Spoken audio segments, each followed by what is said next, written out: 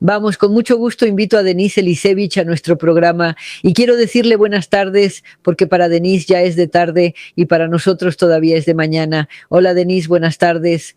Hola, hola Alexander, hola Denise. Hoy empezamos nuestro programa de una manera inusual. Primero que nada, la fiesta de la Vishivanka es una fiesta popular, ¿verdad? Así lo entiendo, ¿cierto, Denise? Bueno, sí, en la Ucrania moderna, sí. En la Ucrania moderna, ¿no? Así que sí, entonces a todos, yo también vi hoy en muchas redes sociales, la gente se pone trajes coloridos y bonitos. Probablemente eso significa algo, por eso todos los que celebran esta fiesta, y también felicito a todos los judíos por la fiesta de Shavuot, y también felicito a los antisemitas, aunque sea solo por llevarles la contraria.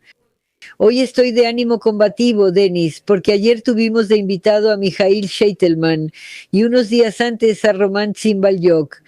Bueno, no te imaginas todo lo que escuchamos dirigido hacia nosotros y lo que leí esta mañana.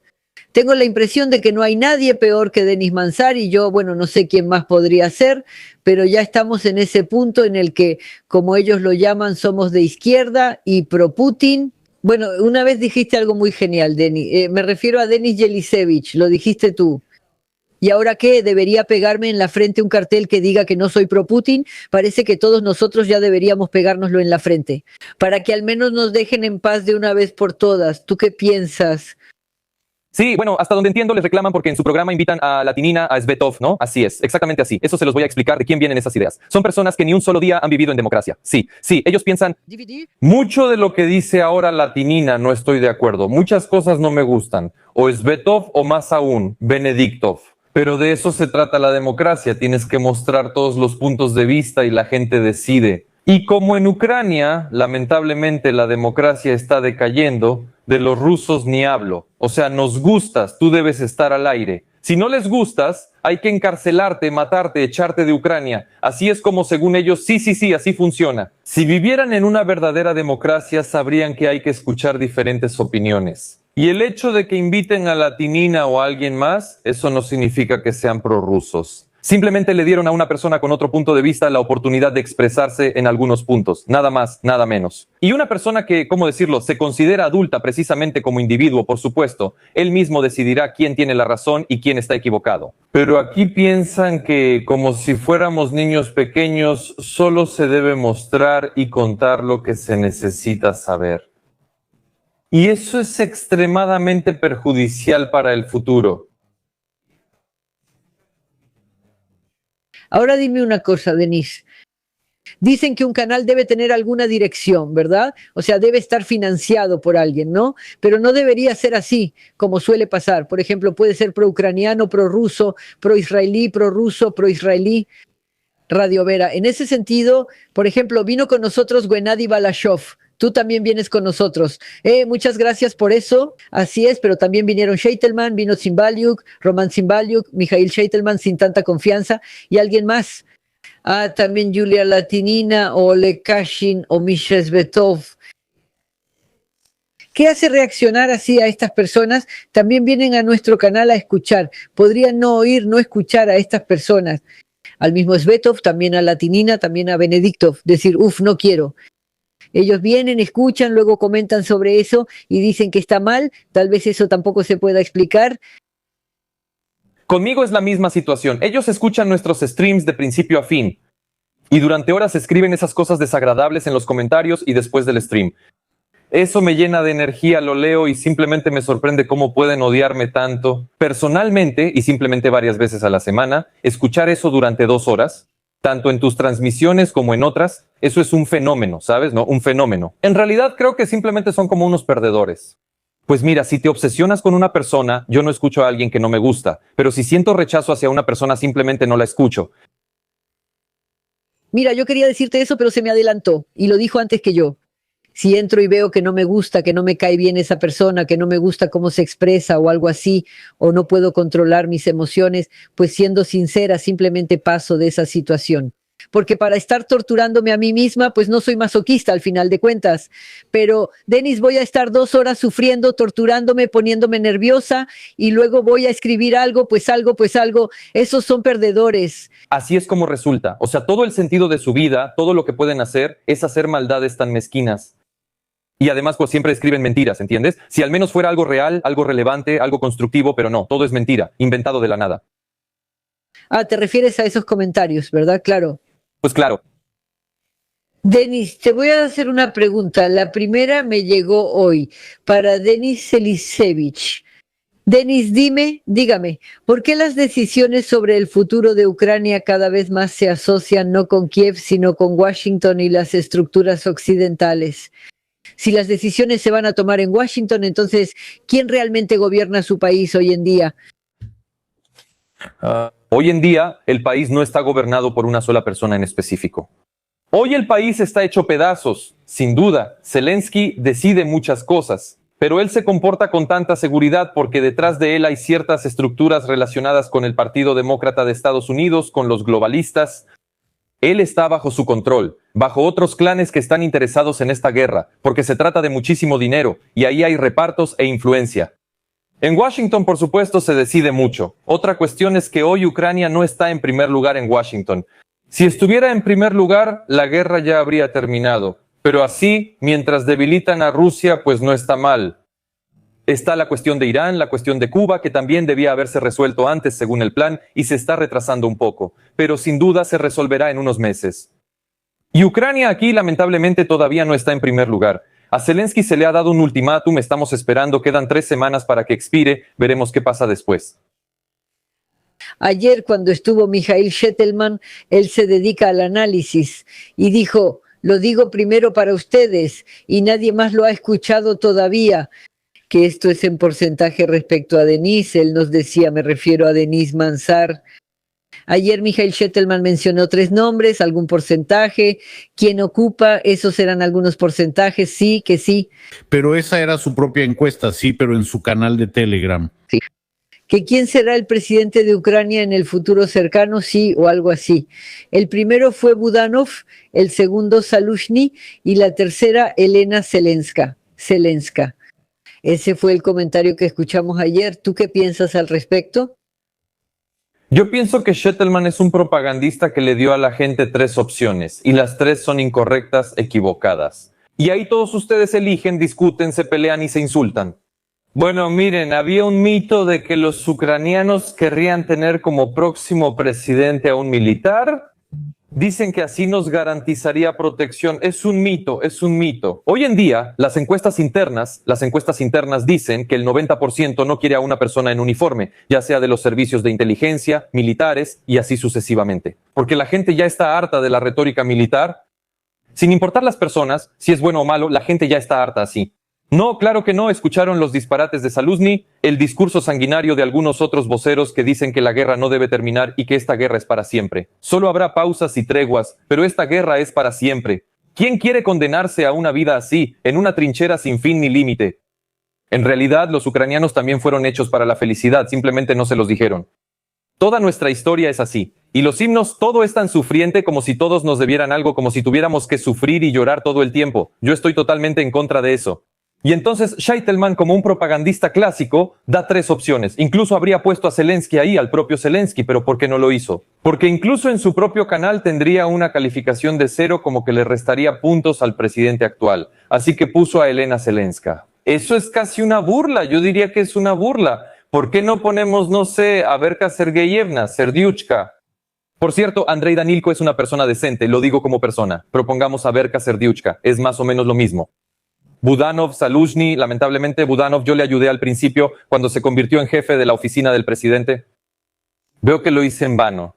Él se ha ido por un camino terrible, hoy en el día de la Vishivanka lo confirma, y Zaluzhny simplemente no es nada. Zaluzhny destruyó su propia popularidad. Él tenía una popularidad real, según encuestas cerradas. Les digo, 35% los estadounidenses lo midieron, 35%.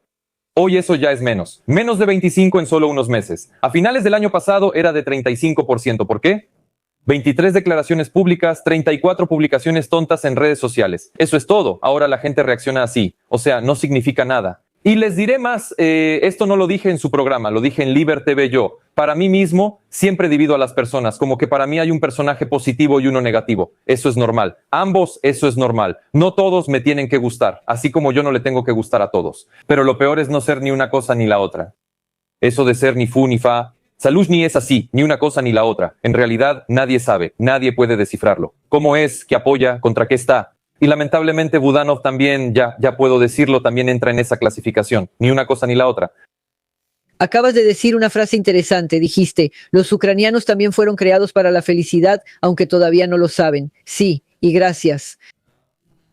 Antes de eso dijiste que hay personas que dicen que esta guerra siga allá o como dicen, que sea eterna, con algunos descansos de vez en cuando.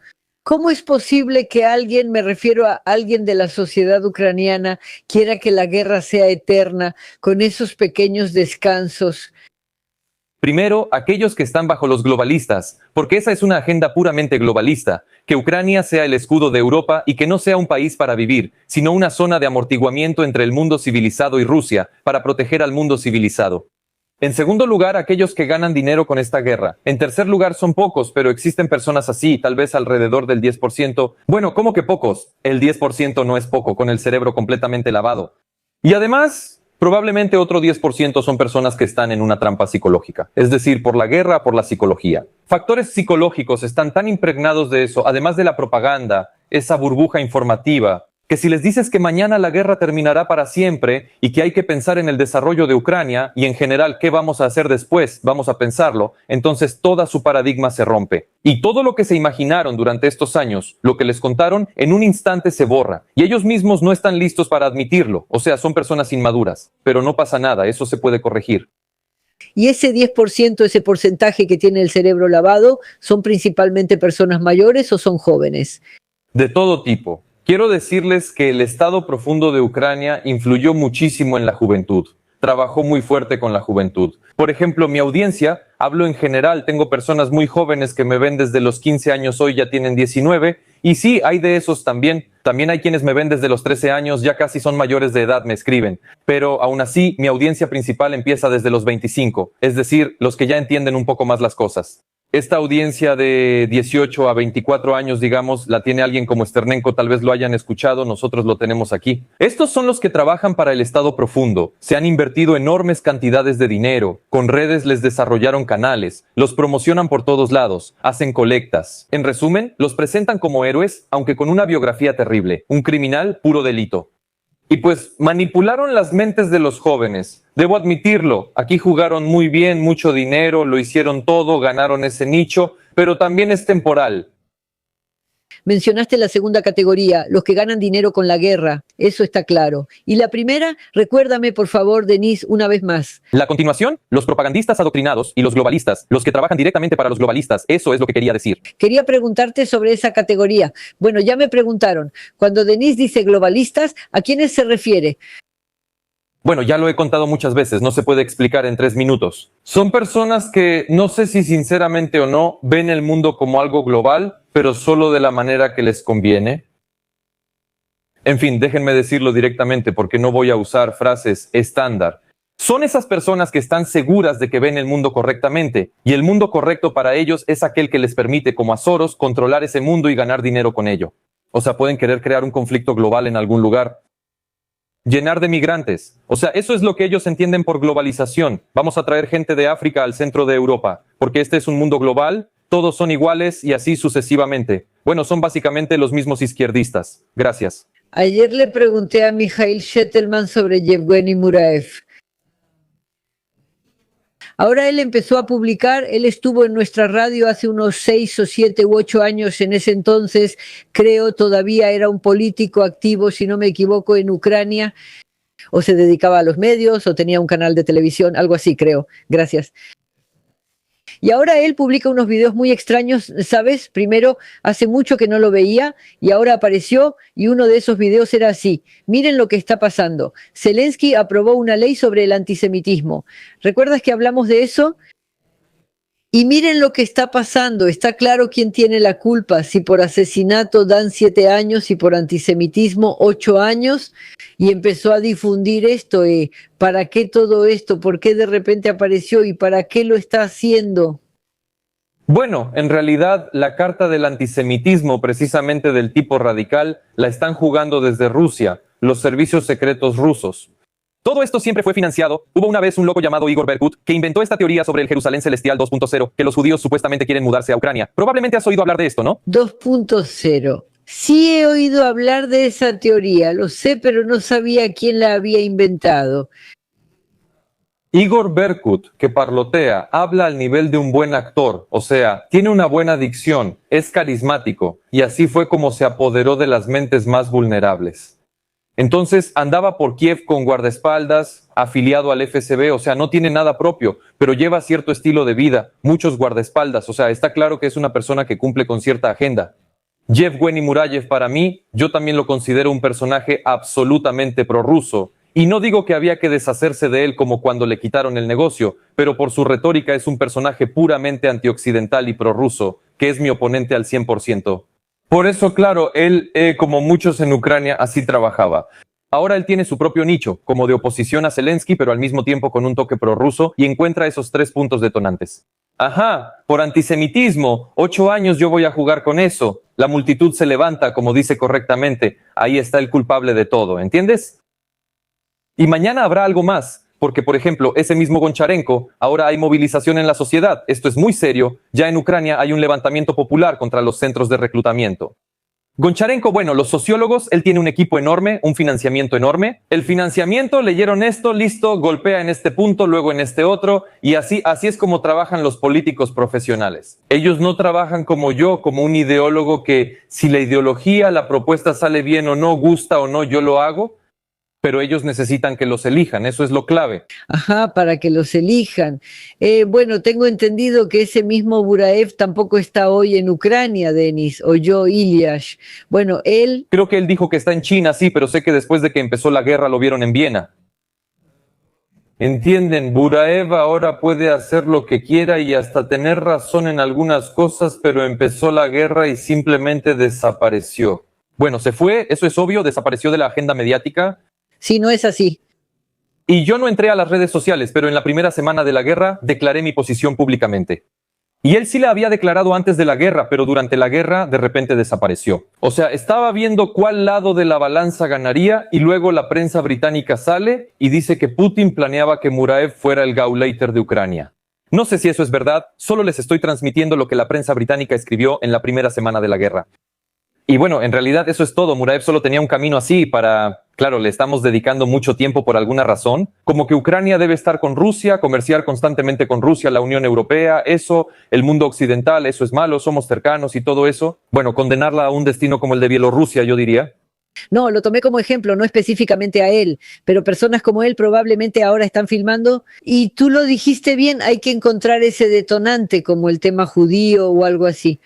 Y sobre eso promocionarse y, por así decirlo, atraer a una gran cantidad de audiencia, que probablemente es lo que está pasando. Denis, gracias, Denis. Sí. Bueno, por cierto, acá Murayev también lo llamaban prorruso incluso antes de la guerra.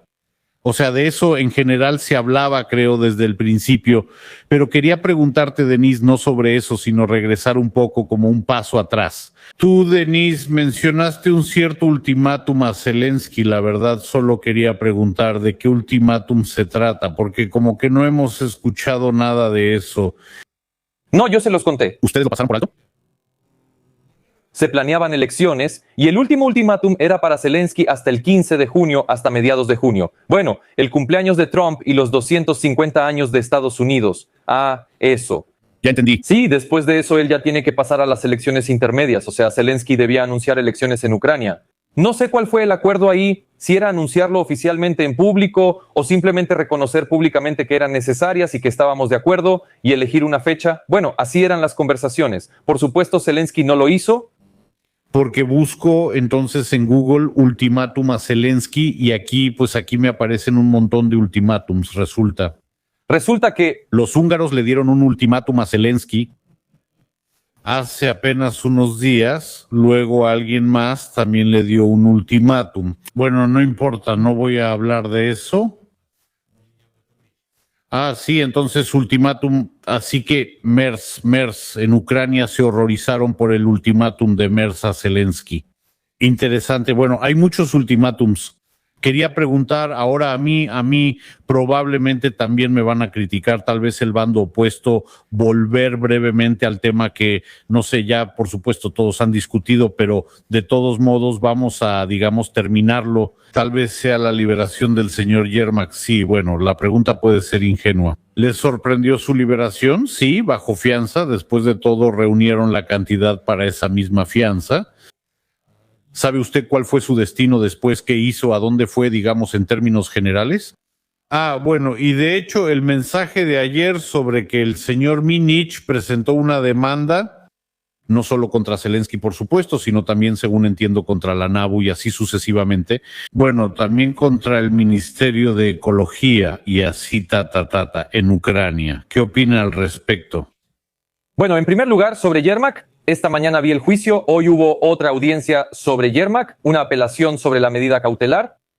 Intentaron impugnar esta libertad bajo fianza, pero no lograron nada, el juez la mantuvo. De nuevo me pareció interesante escuchar a los fiscales y escuchar las tonterías de Yermak. Los fiscales nuevamente explicaron claramente que existe una correspondencia del diseñador de interiores de estas casas, es decir, con el padre de Yermak. El padre de Yermak actuaba como capataz, es decir, representaba los intereses de Yermak. Y se trataba de millones de dólares de financiamiento externo, no oficial, que no correspondía a los ingresos oficiales de Yermak. Y se dijo claramente que Andrei quería dirigir la construcción. O sea, todo está absolutamente claro. Yermak se hacía el tonto ahí, su abogado probablemente ni siquiera necesitaba que lo hiciera. En fin, es algo tan vergonzoso, ¿saben? Te rompe por dentro cuando esa escoria descarada vive de la sangre derramada en la guerra y tratan de hacerse los tontos, como si todo el pueblo fuera idiota, y además siempre se escudan detrás de los militares. Todo va a seguir igual. Según mi información, a Yermak todavía le esperan muchas sorpresas. Y en cuanto a la demanda del señor Mindich. Sí, él presentó la demanda. Sí, ahí las sanciones son primero por 3 años, no por 10, sino por 3 años. Él presentó la demanda. Bueno, ya sabes, hay que montar el circo. Quizá hasta le cancelen esas sanciones, nunca se sabe. Gracias. Y sí, por cierto, ayer también tocamos este tema con Mikhail Sheitelman. Hipotéticamente, si suponemos que le cancelan esas sanciones, en ese caso, tanto usted como el señor Yermak y todos los demás podrían presentar la misma demanda. Porque de nuevo, en nuestra conversación de ayer, el señor Sheitelman dijo algo muy interesante sobre que en ningún país del mundo, bueno, sí, incluso dio un ejemplo. Por ejemplo, Estados Unidos, ellos no pueden imponer sanciones contra sus propios ciudadanos. No me han impuesto sanciones, eso no me afecta. Y a Yermak tampoco le han impuesto sanciones. Eso solo es relevante para Mindich. A Poroshenko le han impuesto sanciones. Poroshenko lleva varios años demandando sin éxito. ¿Nadie todavía esperen? ¿Acaso no hubo sanciones contra usted por parte de Ucrania? No. Fue contra Gennady Voloshov. Eso lo recuerdo el mismo día que con Yulia Latinina, por cierto. Por alguna razón me pareció que, bueno, entonces me equivoqué, disculpen. Por alguna razón me pareció que también le impusieron sanciones a Denis. Gracias a Dios. Sí. Sí, exactamente. Eso fue contra Gennady Voloshov. Les pido una disculpa. ¿Solo a Gennady? Sí. Denis, ¿es posible hoy en Ucrania, te preguntan, criticar abiertamente a Yermak sin riesgo de ser declarado parte de la red rusa? Si eso fuera posible, me habría quedado en Ucrania. No se puede hacer ni hoy, ni al final, ni desde finales del 2022, ni desde la mitad. No puedes decir absolutamente nada, ni un milímetro diferente de la propaganda oficial, simplemente no puedes hacerlo físicamente. Si no fueras una oposición controlada, porque hay figuras allá de las que forman una oposición controlada, sobre las que reúnen a toda esa oposición supuestamente electoral. Pero esas son figuras falsas. Hay 23 personas a las que supuestamente se les permite criticar públicamente. Supuestamente, a veces. Y, o sea, esto es así ahora y también era así antes. Sí, hay uno, no voy a decir el nombre para no hacerle publicidad, pero es como un bloguero joven que también fue creado artificialmente. Él puede escribir que Yermak es un sinvergüenza, Yermak es un ladrón, los jóvenes llegan, lo apoyan y ahí termina todo. Y ese es el truco clásico, crear una oposición falsa, atraer a las personas con mentalidad opositora y luego enterrar todo eso tranquilamente. La pregunta es, ¿por qué la inteligencia ucraniana prácticamente reconoció que el escándalo alrededor de Yermak se convirtió en un problema internacional para el gobierno ucraniano? No es así. Ayer, de hecho, el Servicio de Inteligencia Exterior, SVR, hizo una declaración de que Rusia, entonces ellos obtuvieron acceso a documentos según los cuales los servicios especiales de la Federación Rusa ahora se han activado y el Kremlin les está dando la tarea de desestabilizar la sociedad ucraniana. Y al frente de todo esto habrá dos piedras de tropiezo. La primera, y lo mencionan específicamente, es un escándalo mediático alrededor de Yermak. Ese es el primero. ¿Qué es un escándalo mediático? Es cuando la segunda persona más importante del Estado es expuesta por corrupción y lavado de decenas de millones de dólares. El esquema con Energoatom es de 100 millones de dólares. Por cierto, los fiscales dijeron que precisamente de ahí se financiaba la construcción de esas casas. Energoatom es la empresa energética más grande de Ucrania, se puede decir. Bueno, energía nuclear. O sea, no es un escándalo mediático, es un escándalo de corrupción tremendo, pero ellos lo voltearon. Y lo segundo, la entrevista de Julia Mendel. Eso es para Tucker Carlson, a quien sinceramente ya todos olvidaron en Ucrania. ¿Y por qué, por cierto, Denise? Para desacreditar. Eso es desacreditar, en realidad es una historia totalmente repugnante, porque el servicio secreto sale y dice, por cierto, el servicio secreto está bajo el control de Ermak, el SVR. Entonces sale y dice, ustedes no pueden decir nada sobre la situación actual. Solo alabar a Zelensky y decir adelante, adelante, guerra, guerra. O sea, esto ya ni siquiera es Rusia, esto es algo aún peor. O sea, resulta que no tienes ningún derecho, no te perteneces a ti mismo, le perteneces al Estado. En pocas palabras, te proponen que vayas a morir o, en el peor de los casos, que te calles. Ellos dicen, bueno, y en segundo lugar preguntaron ahí la desacreditación de Mendel. O sea, todos con ese texto yo los llamo hamsters, para los hamsters convencieron de que Mendel es un agente ruso. Eso es todo. O sea, resulta que si hoy dices la verdad, mañana el SVR sale y dice, Rusia le dio la tarea de desestabilizar la situación. Entonces, ¿qué se supone que hagamos? Discúlpenme, ya van 5 años de guerra. Zelensky lleva 8 años en el poder. ¿Ustedes lo sabían? Ayer empezó el 8º año de Zelensky en el poder. ¿Y ahora qué? ¿Me van a decir que como Putin y Lukashenko llevan 25 años vamos a aguantar a Zelensky y una guerra eterna?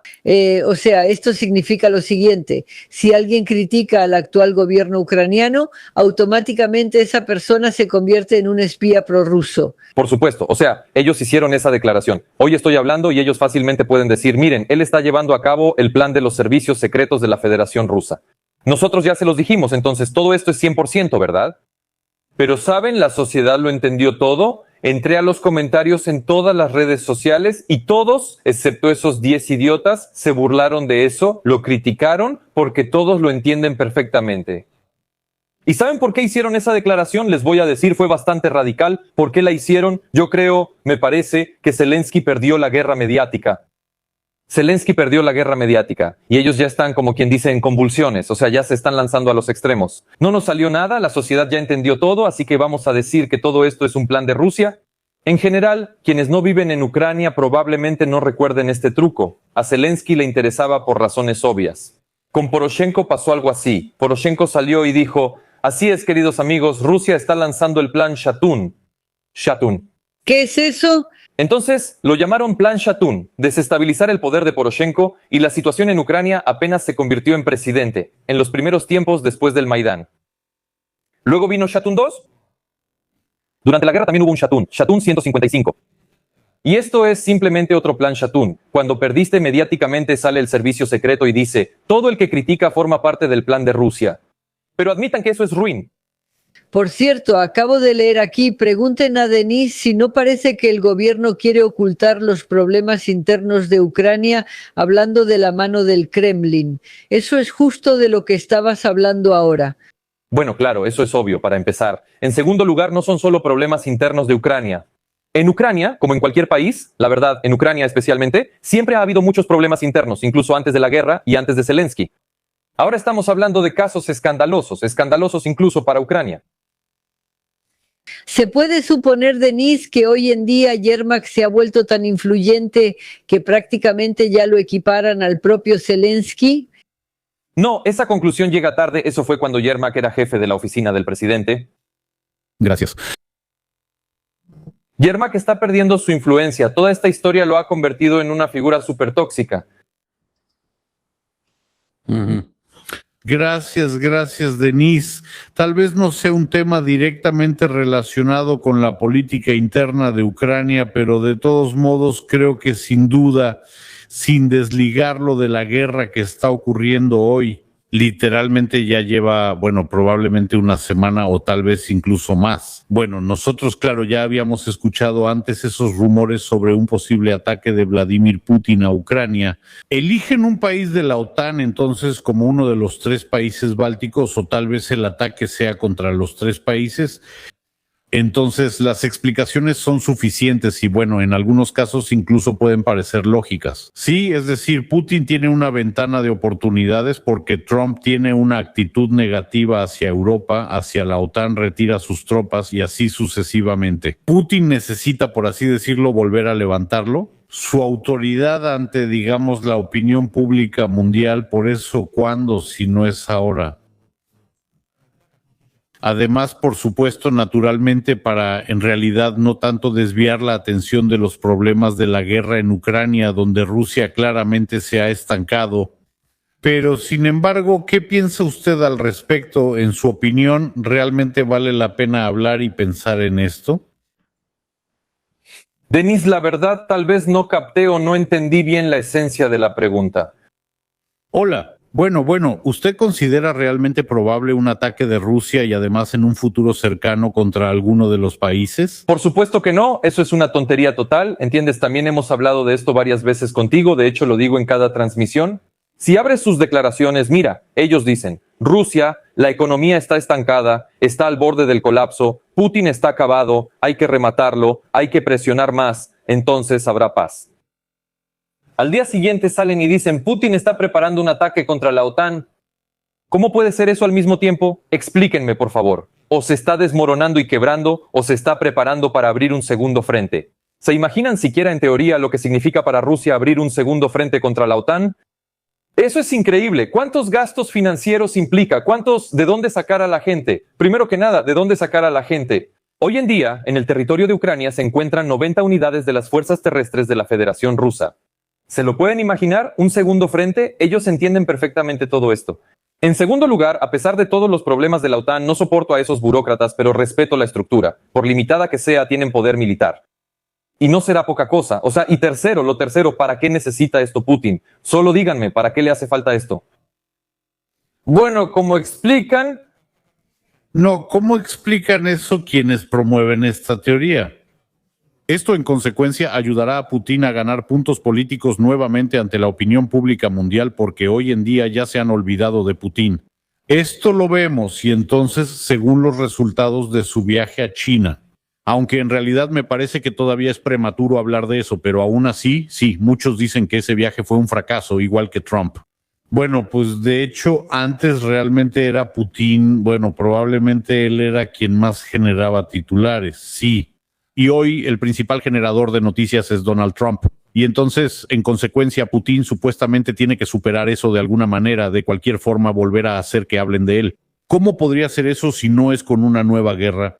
Me suena muy serio que para ganar puntos internacionales se vaya a la guerra contra la OTAN, pero eso, me parece, es un poco incoherente con el objetivo. Hay 1000 maneras de hacerlo mucho más fácil. Putin tiene influencia económica e influencia energética en el mundo. Abrir un segundo frente contra la OTAN, eso ya es demasiado. Denis, quiero preguntarte algo. Pregúntele a Denis, es muy importante. Se recibió información del Servicio de Inteligencia Exterior, no sé quién la escribe ni quién la recibió, sobre la preparación de Rusia para desestabilizar la situación en Ucrania y socavar su apoyo. ¿Qué sabes de esto, Denis? Eso es lo que acabamos de discutir. Les acabo de contar que este plan en torno a Mendel, Ermak, esa es la operación. Desestabilización, entendido. ¿Por qué, Denis, a nosotros los ucranianos, nos vuelven a pedir que aguantemos otro invierno mientras el gobierno y las élites financiadas con subvenciones siguen viviendo seguros en el extranjero? Seguramente tienes algo que decir al respecto y no solo tú y yo lo vemos, bueno, sino también muchas personas que viven en Ucrania. También la verdad no lo entendí del todo. ¿Por qué a los ucranianos se les pide de nuevo que aguanten otro invierno? Yo no he escuchado eso. Yo no he escuchado eso. A los ucranianos no se les ofrece nada. Se lo digo sinceramente, Alejandra. Nadie ha dicho, aguanten otro invierno. Nadie dice eso. Hoy despertamos, gracias a Dios, dígalo. Ese es el mensaje que hay. Ajá. Y no parece que están preparando a la población de Ucrania para una guerra interminable. Bueno, tú hablaste de eso, sin plazos claros ni un plan de salida. O sea, deberíamos oír algunas fechas, aunque fueran aproximadas. ¿Denise? No, no mencionan ninguna fecha aproximada. Y simplemente seguimos luchando y luchando. Eso es todo. Putin está a punto de colapsar, a punto de morir y así sucesivamente. Todo eso no significa nada. Esa es parte de las quejas, pero ya llegamos tarde con ese tema. Eso era relevante hace un par de años. Pero de todos modos debe haber algún plan, como dijeron correctamente, para salir de la guerra. Debe haber alguna visión lógica que el jefe de Estado le comunique a la sociedad. Eso simplemente no existe. Chicos, yo dije que hay que pelear. Eso está bien porque yo lo dije. Peleamos. Denise, ¿por qué no se habla en absoluto en los últimos días sobre negociaciones, pero en cambio constantemente se escuchan llamados a una nueva escalada? Debe haber alguna explicación para esto. La gente no puede aguantar para siempre. La explicación directa es esta. Zelensky no quiere la paz. Zelensky quiere la guerra, porque solo así podrá mantener el poder y la inmunidad ante las consecuencias legales de todo lo que ha hecho. Esa es toda la motivación. Así de simple es. No puede ser más sencillo. ¿Y tú qué opinas? Esas personas que se fueron de Ucrania, que llegaron a Canadá, a Estados Unidos o a algún otro lugar, muchos de ellos con quienes hablo aquí dicen que vamos a regresar a casa cuando todo termine. Entonces ellos creen que esto algún día terminará. ¿Denise? Gracias a Dios que hay personas que dicen eso. Y puedo decirles, según mis propias estimaciones, el 90% de aquellos que hace 2 años me decían que querían regresar, ya no quieren regresar. Ya se han arraigado en esos países, ven toda esa desesperanza, el horror de lo que está pasando y ya no quieren volver. Si alguien dice eso, por supuesto está muy bien, pero para eso es necesario que la gente lo crea. Y sabes, tienes toda la razón. He conocido personas que dicen, vamos a regresar a casa. Antes, hace medio año, eran mucho más que los que hoy lo dicen. Y conozco personas que se preparaban, planeaban regresar y hoy ya no. En cuanto a las personas mayores que han vivido allí toda su vida, que se separaron en ese departamento o tienen algunos familiares, ellos sí hablan de ese tema. Pero los jóvenes cada vez más ven su futuro precisamente en los países a los que se fueron. Estoy completamente de acuerdo contigo. Sí, yo diría que desafortunadamente, porque la verdad me gustaría que todos regresaran y que Ucrania viviera de otra manera, no de cualquier forma, sino de una manera bastante clara, como ya lo he contado antes. Pero ya será difícil convencer a la gente. Es posible, pero muy difícil. Y eso no lo hará ni Budanov ni Zaluzhny. Ahí está justamente la cuestión. Entonces, si Budanov o Zaluzhny llegan al puesto de presidente, ¿qué van a proponer? Mañana voy a tener una transmisión en vivo. Ahí voy a analizar Seredenko, Sveridenko. La primera ministra presentó un programa político, pero eso es para morirse de risa. O sea, hay que proponer algo especial, algo que haya en Ucrania y que no haya en Polonia, por ejemplo. Si en Ucrania le ofrecen el riesgo de guerra con Putin, una movilización constante, militarización, que los niños aprendan a manejar drones desde los 5 años, y los impuestos altísimos, la presión del gobierno, la presión de los servicios secretos, la falta de libertad de expresión, pueden cerrar las fronteras de repente. Entonces, ¿quién va a ir allá? ¿O te perseguirán por hablar ruso? ¿Te van a presionar? Pregúntenle a Denise si hay economía en Ucrania y si la energía en general está al límite, ¿por qué siguen? Como ya dije, a la sociedad no se le ofrece la paz, sino aún más guerra. Pero la situación está llegando a un callejón sin salida, la gente tiene problemas económicos y les resulta difícil vivir. Al final de cuentas, ¿es posible? O sea, la pregunta es si en Ucrania es posible, bueno, si no una revolución o un golpe de Estado, algo parecido, me refiero a la sociedad ucraniana. No, durante una dictadura así no puedes hacer nada. Cosas como un levantamiento popular contra los centros de reclutamiento suceden, pero esos centros no son el poder directo. Directamente contra el poder, no, igual que en Rusia. Tanto allá como acá, la dictadura ya ha apretado tanto que simplemente no puedes hacerlo físicamente. Y más aún en Ucrania, donde hay ley marcial. ¿Y por qué las élites ucranianas discuten cada vez más el destino de su país en reuniones privadas en Londres y en Washington y no con su propio pueblo? Gracias. Buen comentario, aunque en Washington no hay reuniones privadas, en Londres sí las hay. Recientemente, una de las principales seguidoras de Soros, una de las servidoras de Soros en Ucrania, una tal Daria Kaliniuk, ella grabó un video y contaba, estoy en Londres, mostraba Londres, decía, ahora estoy en Londres. En una reunión privada, que no era la primera reunión privada, en la que estuvieron presentes muchos generales retirados o en servicio, sí, probablemente retirados.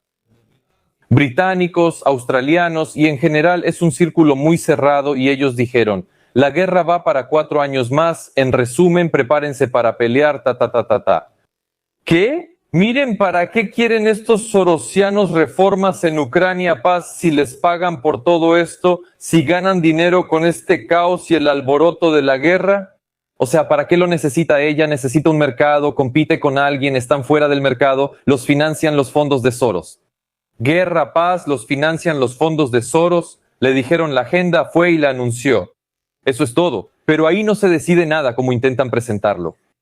Eso es en esos clubes, en otros lugares. ¿En otros lugares? No en estos, sí.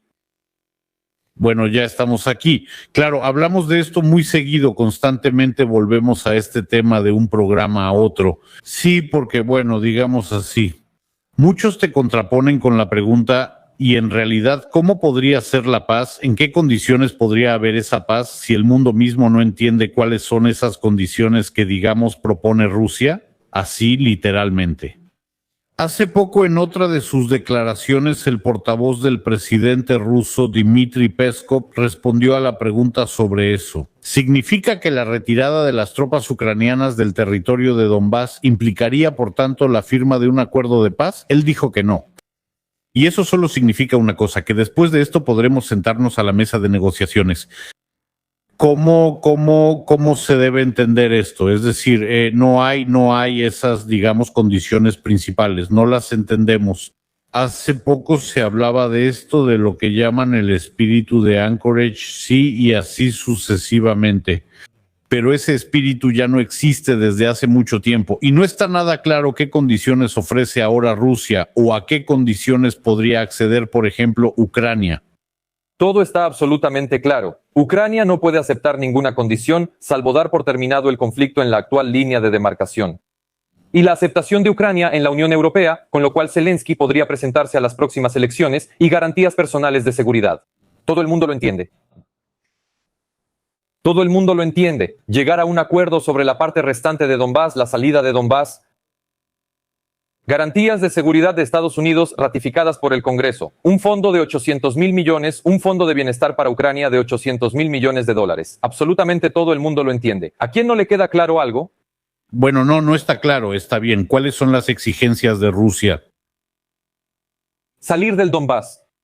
Sí, pero Peskov dice lo mismo. Eso no significa que nos detendremos ahí. Sí, salgan, sí, ahí lo detenemos. Sí, salir. Irse del Donbass. Después seguiremos hablando. Pero es muy ingenuo esperar del Kremlin que alguno de sus portavoces salga y diga, solo hagan esto y mañana habrá paz. Eso mostraría su debilidad. ¿Para qué lo harían si están de acuerdo? ¿Y dónde están las garantías de que no seguirán adelante y dirán, bueno, salieron del Donbass, excelente, sentémonos a la mesa de negociaciones y ahora necesitamos la región de Odessa?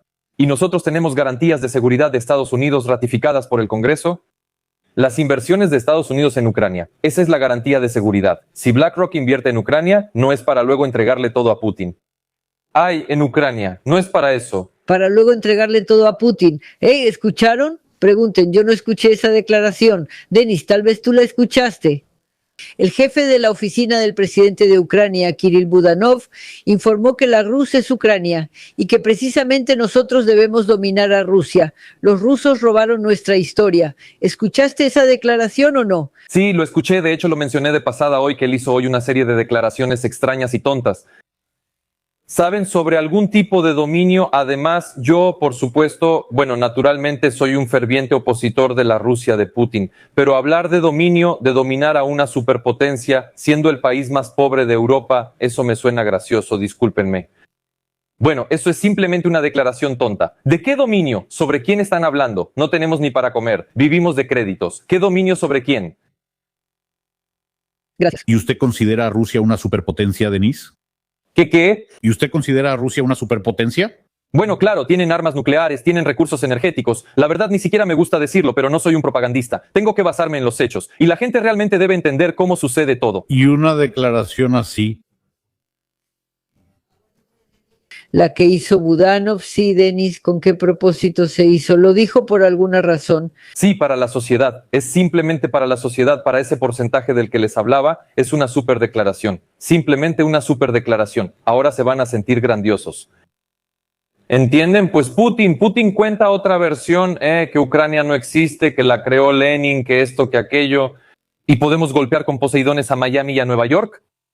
Con un submarino nuclear Poseidón. Eso es todo. El pobre ruso sentado ahí piensa en lo grandiosos que somos. Rusia adelante hacia Berlín, porque no tiene nada más en la vida de qué sentirse orgulloso. En Ucrania también hay personas así. Resultó que hay muchas. No tienen de qué sentirse orgullosos excepto por esas frases grandilocuentes y todo lo demás, pero en la práctica no hay dinero. No hay dinero, no hay gente. ¿Entienden? Ahora ya se habla de esto como si fuera algo normal. Primero, vi las estadísticas de las escuelas. Las clases superiores están todas vacías. Pronto será la graduación, en unos días. El próximo año ya no habrá niños en las escuelas. Ucrania empezó con 52 millones de habitantes, ahora tiene 22 millones. ¿Y cómo? ¿Qué grandeza? ¿Podemos crearla? La respuesta es sí. Eso es lo que propongo hacer. Y esas frases vacías cuando dependemos de todos que supuestamente dominamos a alguien. ¿Por qué lo digo? Ahorita estoy lanzando mi mercancía y uno de los principales lemas es Make Ukraine Great Again. Y vienen conmigo y me preguntan, Denis, ¿cómo que otra vez? Si Ucrania nunca fue grande. Yo también hago referencia a la Rus de Kiev. Eso estuvo entre las 5 economías más grandes del mundo. Y eso es precisamente Ucrania. Así es como lo relaciono. No quiero discutir con los historiadores. Pero yo digo que podemos lograrlo y ellos dicen que ya somos grandes. Ahí está la gran diferencia. Tú dijiste cuando Denis... Si no te importa un poco más en detalle, es que simplemente me interesa lo de hagamos a Ucrania grande otra vez. Bueno, claro, es el lema bajo el cual yo actúo, porque hay que inspirar a la gente y poner una meta económica. ¿Prosperidad? Eso les dará garantías de seguridad contra la guerra, garantías contra Putin, contra intervenciones, contra todo. Es la única garantía de éxito. Una economía ucraniana poderosa, un país libre, una forma de vida correcta, bases democráticas. Y no todo esto que está pasando ahora. Ahora en Ucrania es como un híbrido de Ucrania, Rusia, Bielorrusia y Corea del Norte. Y nos salen diciendo, no es como con Putin. ¿Y cómo es? ¿Y cómo es? Bueno, ahí no se puede discutir. No, pero sobre la Rus de Kiev. Sí. Usted dice que pone a la Rus de Kiev como si fuera, bueno. Aquí. Sí, sí. Bueno, ahora cualquiera puede comprobarlo en Internet. Sabe, los indicadores económicos de la Rus de Kiev, los de producción, cualquiera, era una de las principales del mundo en esa época. Todo eso también estaba en el territorio de Ucrania, Kiev. Entonces yo propongo repetir eso, pero no ir a conquistar tierras. Tenemos suficiente tierra incluso con todos los problemas actuales. Y sin Donbass y sin Crimea... Tenemos suficiente tierra.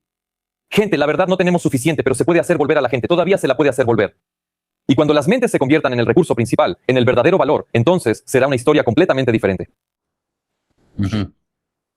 Bueno, ya que mencionamos a Bielorrusia, estos ejercicios conjuntos sobre el uso táctico de armas nucleares tácticas, ¿cómo lo evalúa usted? Nuevamente, Occidente lo considera como una amenaza real de otro ataque a uno de los países de la OTAN. No, lamentablemente las armas nucleares solo pueden ser utilizadas contra Ucrania.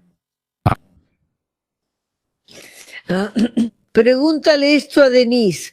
¿Qué tanto le interesa hoy al presidente estadounidense Donald Trump el tema de Ucrania? ¿O se ha apartado por completo? Y si es así, ¿no significa eso que es una sentencia para Ucrania y la sociedad ucraniana? Todavía no hay sentencia. No es que se haya apartado. Como dije, no es la prioridad número uno. No es la prioridad número uno. Pero lo más importante, bueno, esto va a sonar muy desagradable, pero mi público está preparado para eso, porque siempre he dicho que el ucraniano es capaz de afrontar la verdad. Entonces, ¿cuál es la situación? A Putin no le importan los suyos, a Zelensky tampoco le importan los suyos. Rusia se está aislando, debilitando de todas formas, debilitándose. ¿La gente está de acuerdo con esto? Sí, está de acuerdo. Bueno, entonces adelante, mátense entre ustedes. Cuando se cansen, yo les ayudaré. Subtítulos. Cuando se cansen, yo les ayudaré, si me refiero a Trump, tal vez. Sí, pero si a Zelensky se le ofrece una salida normal de la guerra, ¿normal en qué sentido? Siempre lo recalco, que por todas partes hay provocadores y sinvergüenzas. En la situación actual, una salida normal. En realidad, claro, es un final terrible. Pero hay que elegir entre un final terrible o un terror sin fin.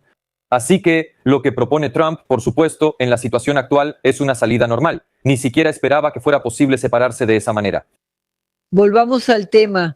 Espera, Denis, tengo una pregunta para ti. Perdón, Denis. Dices que Trump proponía una buena salida.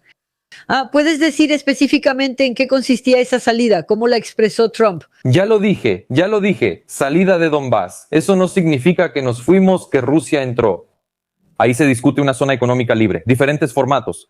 El hecho de que las tropas ucranianas salgan de 18 zonas de Donbass, donde de todos modos no hay vida, si acaso eso no es una supercatástrofe. Eso es lo que dice la propaganda. Bueno, eso no es una supercatástrofe. Es terrible, sí, pero no es una supercatástrofe. De ahí hay que salir, negociar el estatus de Donbass, garantías de seguridad de Estados Unidos. No sé si habrá o no un pacto de no agresión. Y ya. ¿Por qué no te convence esta propuesta donde Rusia salió, o sea, lo que acabas de decir? ¿Por qué esta propuesta no le conviene, digamos, a Zelensky? Porque terminaría sentado junto a Yermak en el banquillo si pierde el poder. Porque perdería la inmunidad presidencial. Gracias, Denise. Una pregunta de nuestro chat, la verdad no la entendí, pero tal vez tú lo entiendas. Y pregúntale a Denise si el destino de Ucrania lo deciden Londres y Soros. Tal vez Trump debería negociar el fin de la guerra a través de Europa si Zelensky no es independiente. Pero Londres y Soros son Europa. Lo principal es que los líderes europeos, incluyendo por ahora en Londres, no. Y aquí, si así se plantea la pregunta, Londres y Soros, sí. Entonces ahora yo tengo sí, bueno, quizás Trump necesita negociar el fin de la guerra a través de Europa si Zelensky no es independiente. Es decir, en términos generales, según entendí, tal vez Trump debería empezar negociaciones con el llamado Soros o con aquellos, bueno, que están en Londres y toman este tipo de decisiones. Como esos que están en todas partes, en Londres, en París y en Bruselas. Ellos fueron a ver a Trump en Mar-a-Lago, le dijeron, nosotros nos encargamos de todo. Se dieron la vuelta, se fueron y no hicieron nada. Hicieron lo contrario. Merz y todos los demás. Así fue. Ahora ya saben, ¿verdad? Que la Unión Europea quiere tener a su propio representante en la mesa de negociaciones, en nombre de la Unión Europea. Putin, dice Schröder, pero ya hemos hablado varias veces aquí de que Schröder está completamente comprado por Putin. Incluso aquí, bueno, sí, es ridículo. Es bueno que, bueno, mejor dicho, sí. Buena, luego Merkel. Merkel se negó. Por cierto, creo que no está muy lejos de Schröder. Merkel se negó. Ahora están eligiendo al presidente de Finlandia y hay alguien más, tal vez un segundo. Y Estados Unidos dio su consentimiento para esto. Bueno, si quieren, adelante. Mi pronóstico es que nada va a cambiar. No se trata de eso, nada va a cambiar. La pregunta es bastante banal, pero aún así insisten. Le preguntaré a Denise. Denise, la pregunta es para ti. De hecho, mencionas a menudo el nombre de Soros. ¿Quién es Soros? ¿Por qué gobierna el mundo? ¿Y por qué crees que es tan influyente como para hacer que Ucrania deje de ser Ucrania o al revés? Bueno, ¿quién es? La gente puede buscarlo en internet. Sería un poco raro que yo contara la biografía de Soros. ¿Por qué influye? ¿Tú supones o piensas eso? Yo no supongo ni pienso. Yo lo sé. 95 medios en Ucrania están bajo el control de Soros. Un partido político en el Parlamento está bajo el control de Soros. ¿Dijiste 9? Los medios los determina Soros en Ucrania. ¿Solo en Ucrania, Denise? No solo en Ucrania. Casi en toda Europa. ¿Y qué pasa con los Estados Unidos? Bueno, también controla al Partido Demócrata, pero él financia las campañas de jueces y fiscales. Usted lo sabe, en Estados Unidos. Y esos jueces ganan las elecciones. Bueno, en Estados Unidos los jueces son elegidos. No es como en Ucrania, donde Revenksi nombra a quien quiere, o Poroshenko, o en Rusia, Putin. Denis, dígame por favor qué está pasando ahora con Kolomoisky, dónde está y qué pasa con él. Nada, está en el centro de detención preventiva. Los juicios se llevan a cabo en el centro de detención y él está de buen ánimo. Y se está dando una situación interesante. Sí, estamos hablando tanto de Londres como de Soros y de Donald Trump. Es decir, sobre países, asociaciones y todo tipo de alianzas que podrían detener la guerra entre Rusia y Ucrania. Pero en mi opinión, de alguna manera siempre se deja de lado a China. ¿No le parece que China es Europa? ¿Es el único país que realmente puede resolver este asunto? Si quisiera, por supuesto, me refiero. Mire, hoy sinceramente, incluso hace unos 20 años sería difícil de creer que hoy el líder estadounidense iría a ver al presidente del Partido Comunista de China, Xi Jinping. En unos días, literalmente en 2 días, irá a verlo el líder de otro gran país, Rusia, Vladimir Putin. Sí, y todos escriben sobre cómo lo recibe Xi Jinping. O sea, da la sensación de que ambos no es que sean vasallos de China, pero al menos se ve, digamos, no muy bien, por decirlo de alguna manera. ¿Usted qué piensa? Si Xi Jinping realmente quisiera terminar esta guerra, ¿podría hacerlo o no? Él puede influir mucho, pero no va a querer. Porque le compra recursos energéticos baratos a Rusia. Sí, estoy de acuerdo. Gracias. Debido a la guerra, Rusia no puede venderlos al mundo en el volumen que quiere, pero a China sí puede, y a un precio muy bajo. Eso es exactamente lo que hace. Sobre el encuentro cerca del avión, la propaganda ucraniana difundió mucho eso. Mostraron cómo recibió mal a Trump y a Putin aún peor. Y alrededor de eso hacen un escándalo como miren cómo Xi los humilló a todos. ¿Quién? ¿Cómo? ¿A quién le dio la mano? Sí, simplemente en su imaginación inventaron que Trump se inclinó ante Xi Jinping, si lo vieron. Eso no pasó, es completamente falso. Pero los degenerados también se hicieron eco de eso, les voy a explicar. Trump tampoco recibe a nadie junto al avión, así es Trump. Trump, ¿qué gesto tiene él? Cuando llegas a la Casa Blanca en limusina, él sale personalmente a recibirte o no sale. Una vez, cuando Zelensky llegó, no salieron a recibirlo. Cuando los europeos llegaron, tampoco salieron. Y a algunos sí salió, a otros no. Así es como funciona aquí. En China hay un video, después, cuando llevaron a Trump, ellos caminan por la alfombra roja y ahí están esos niños brincando con cucharas. Algo así. Todo es muy pomposo, pretencioso, caro y como se supone que debe ser. ¿Cuál es el problema? ¿Entiendes? Cuando la gente... Eso es algo muy peligroso. Cuando la gente no quiere hablar de lo principal y de lo que realmente influye en algo, encuentran alguna tontería, desvían ahí la atención de la multitud y parece que ya no hay problema. Sí, estoy absolutamente de acuerdo con usted. Solo recuerdo, ¿se acuerda cuando Vladimir Putin llegó a Anchorage, cómo lo recibió Donald Trump? Y la misma alfombra roja, los aviones arriba, subirse a los autos de Putin y así sucesivamente. O sea, sí, wow, esto no es casualidad, es el mejor amigo. De verdad se encontraron dos grandes amigos y ahora todo está claro, el destino de Ucrania está decidido y así sucesivamente, y así sucesivamente. Aquí Trump invitó a Xi Jinping, Xi Jinping invitó a Trump, creo que a algún jardín botánico, sí, donde también le contaba algo, eso también es una señal, y así sucesivamente, y así sucesivamente. ¿Y usted no siguió el curso de estas negociaciones? ¿Puede evaluarlas tanto las negociaciones con Trump como las negociaciones con Putin? Estuve siguiendo el curso de las negociaciones, con la información que tengo, nada de eso va a influir en algo que vayamos a ver en un futuro cercano. Eso. Son asuntos estratégicos, aplazados, y no es algo que vaya a salir en las noticias mañana. Es interesante, no solo escuchamos ahí, sino que alguien escribió su propio mensaje, quién sabe qué, dirigido a Denis Yeliseyevich, sobre que esto ya no se trata de lo ucraniano o lo ruso, sino de lo estadounidense. Entonces, Denis, ¿qué significa eso sobre lo estadounidense? Y eso de que tú, bueno, eso que aquí escriben bajo el apodo de patriota de Estados Unidos, que amas a América, que te gustan los Estados Unidos y que eres trumpista, todo trumpista. Todo esto parece una acusación, Denise, no simplemente un comentario. Entonces me piden que te pregunte, ¿tú eres proamericano o no? Desde el punto de vista de la política ucraniana, soy proamericano y prooccidental, por supuesto. ¿Qué significa eso desde el punto de vista de los políticos ucranianos, Denise? Bueno, desde el punto de vista de la política ucraniana, es el rumbo de Ucrania, sin duda, hacia el máximo acercamiento con los Estados Unidos. Es el único esquema en el que Ucrania puede prosperar y vivir sin guerra. Y ahora hay una oportunidad histórica. Y los valores deben adoptarse de aquí, los valores y la Constitución que están aquí y no de otro lado. Sí, y eso es motivo de cierta vergüenza. Pero esto es muy importante, por cierto, con la actual administración estadounidense o en general con los Estados Unidos. Porque como vemos esto, en mi opinión, son cosas un poco diferentes.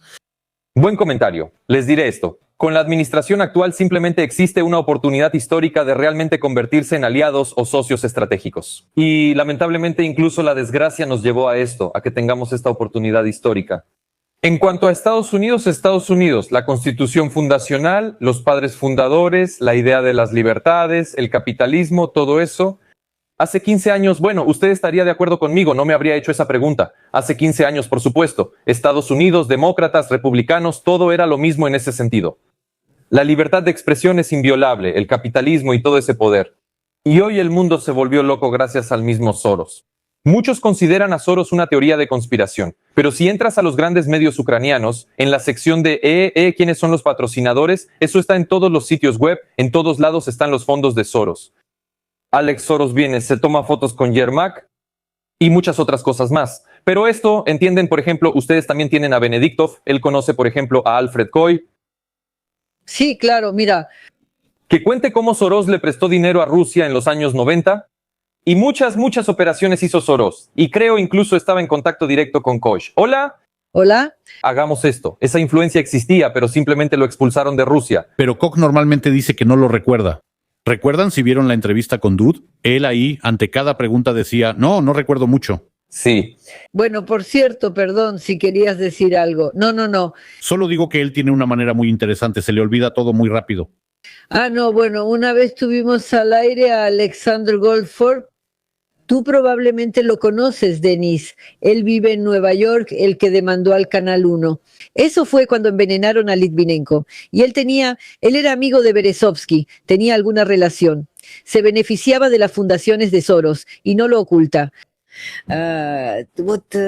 Aquí está la pregunta, ¿dónde estaba ese? Por cierto, sí. A quien realmente hay que preguntarle es a él, de hecho. Denis, sea honesto, cuando Trump prometió terminar la guerra entre Ucrania y Rusia en 24 horas, nada de eso pasó, ni de cerca. ¿Por qué le cae bien Trump? Ya estoy cansado de responder a esa pregunta. Es una cuestión de valores y de la locura en la que ha caído el mundo, empezando por los hombres que ganan en las Olimpiadas femeninas, el tercer baño y todo eso. No vamos a hablar mucho de eso ahora. Y terminando con el desastre que llevó a la guerra, entre otras cosas. Dijiste, Denis, que Ucrania sobrevivirá si está en alianza con los estadounidenses. ¿Y no le teme usted a que los estadounidenses conviertan a su Ucrania en otro de sus estados y que la maravillosa cultura ucraniana y toda la vida ucraniana desaparezcan?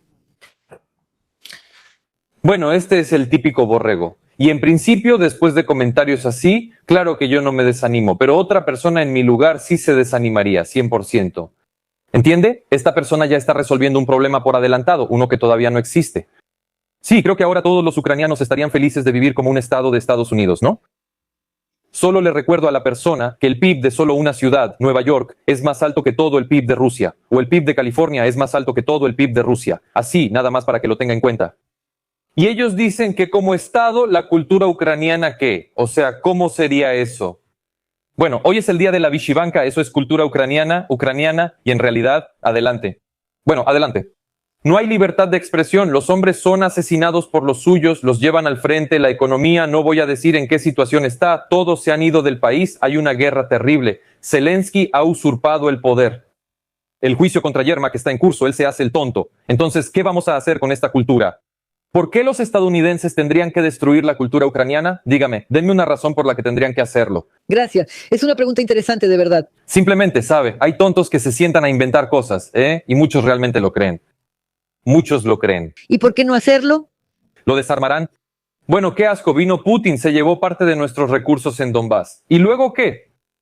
¿Y luego qué? ¿Esos recursos me pertenecen a mí o a esta persona? No, le pertenecen a quien está en el poder y a los oligarcas. ¿Y luego qué? Entonces, quizás deberíamos trabajar con los estadounidenses, al menos con ellos sería justo y transparente, ¿no? Y de verdad, aunque sea parcialmente en interés de Ucrania, esa conversación sabe para quién es Alexander, para gente adulta. Aquí en Ucrania no estamos acostumbrados a eso. Ajá. Sí, ni siquiera sé qué responder. Probablemente eras tú quien estaba hablando ahora. Espera, ahora sobre Ucrania, un 30%. No, eso no lo voy a leer. La cultura ucraniana va a permanecer y además ya está en todo el mundo, siguiendo el ejemplo de los ucranianos canadienses. Bueno, y Denis lo dijo correctamente. Bueno, celebramos la fiesta, nos pusimos las vishivankas. Denis acaba de decirlo, Yelisevich. ¿Y luego qué? ¿Y luego qué? La guerra terminará. Y según entiendo, nadie dice que no hay que hacerlo. Bueno, que la Vichy Banca sea un símbolo de éxito y no un símbolo de que nos compadecieron por ser desafortunados. Además, sabes, está completamente desacreditada. Hoy en día, estas Vichy Bancas las usan personas comunes que quieren hacerlo. Todos en la política. Me sorprende que Ermak no haya ido al juicio con una Vichy Banca. De hecho, ahora mismo puedo enviarte 10 fotos de esos grandes corruptos que salieron a tomarse fotos con Vichy Bancas. De esos de alto nivel, de habla ucraniana con Vichy Bancas. Eso lo entiendes perfectamente. Ese era Anton Krasovsky tomándose fotos con una Vichy Banca. Ríanse, con una Vichy Banca.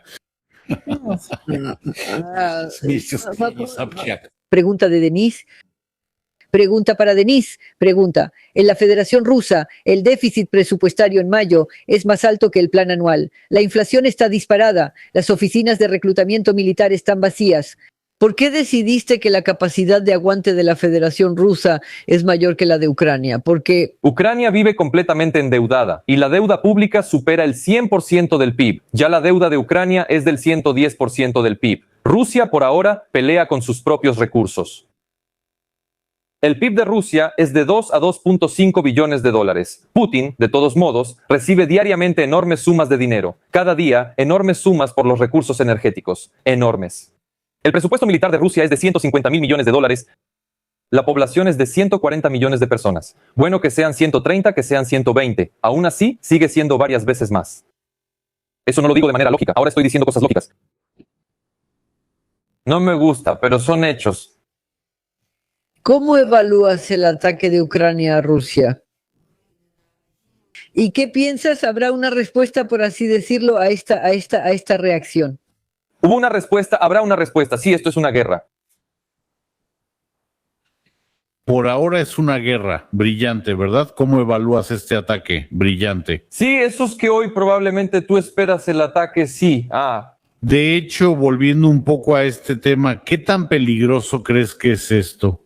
O sea, bueno, está claro, esto es una guerra, realmente aquí probablemente nadie lo niega, pero, y de hecho vemos, por cierto, justo ayer vi, creo que fue Bloomberg quien escribió guerra. Creo que Bloomberg escribió que esto realmente está causando un daño bastante significativo a Rusia, me refiero específicamente a las refinerías, especialmente en la parte central de Rusia. Incluso había algún porcentaje mencionado en general, bueno, es desagradable, sí, por decirlo suavemente, a pesar de que en Rusia lo niegan y dicen, no, esto para nosotros es como una pequeña molestia. Sin embargo, hoy, por cierto, ya escribieron que en la región de Ryazán hay problemas con el déficit presupuestario, con la gasolina y así sucesivamente. Pero Rusia también puede responder y este aumento, esta escalada, si ustedes nos hacen algo, nosotros les respondemos y bueno, está claro a dónde puede llevar esto. ¿Qué tan peligroso le parece esto? ¿Y cómo salir de esta situación por un lado?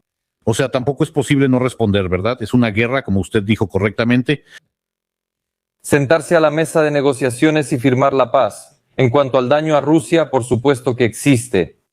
Pero es un daño que la obligará a detener la guerra. Y en general, ven una situación en la que Peskov, Putin, todos ellos, Lavrov, salgan y digan, ¿saben qué? Nos destruyeron todas las refinerías de petróleo, nos rendimos, bandera blanca.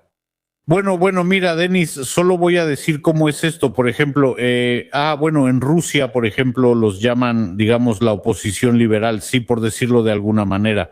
Así es como ellos presentan a Vladimir Putin ante su audiencia, sí.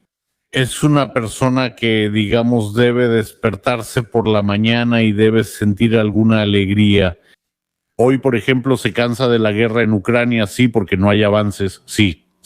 Pierde su popularidad otra vez ante la opinión pública mundial, ya no hablan de él. Rara vez lo recuerdan, Trump pasa a primer plano y a él le gusta dibujar todo tipo de flechitas en los mapas y así sucesivamente. Él necesita acción, en algún momento lo dijo y todos lo siguieron. ¿Qué se necesita para eso? Para eso hay que empezar una nueva guerra y para eso hay que atacar entonces a algún país de la OTAN. Elegimos un país al que se pueda atacar, el más, digamos, aceptable. Es alguno de los países bálticos, porque son pequeños, porque prácticamente no están protegidos, porque es realista. Quizá, como ellos mismos dicen, tomaría unos 3 o 4 días ocuparlo. Eso es todo, sí. O sea, para los rusos, o mejor dicho, para quienes ven esto, En principio, Putin se presenta justamente así, o sea, también como, bueno, no exactamente un idiota, pero como un tipo senil que está aburrido. Simplemente ya se cansó de todo, le gusta la guerra, le gusta jugar a eso. Hoy la guerra en Ucrania ya le aburrió, ahora quiere una guerra con la OTAN. Así es como lo presentan y la gente lo cree. Por eso muchos lo dicen y lo escriben. Absoluto disparate. Eso, bueno, ya saben, solo alguien como Pornica podría decir algo así, sí. Bueno, eso es simplemente un disparate absoluto. ¿Por qué? Bueno, de eso habla, por ejemplo, Michael Nike. Pero si tú, Maki, bueno, si tú, por ejemplo, vas a decir algo en contra y decir, escuchen, bueno, llevamos 4 años sentados aquí escuchando sobre que a Rusia se le están acabando los proyectiles, se le están acabando los misiles, hay una inflación salvaje, la gente se muere de hambre, no hay nada en las tiendas, todo está mal y así sucesivamente. Sí, pero no. ¿Y quién dice eso, Denise? No entiendo muy bien. Pues solo abre cualquier canal, sí, y escucha. Michael Mackey. Por ejemplo, habla de eso, pero los que hablan en contra... ¿Saben cómo los llaman a los que están en contra de la guerra? Sednikis liberales.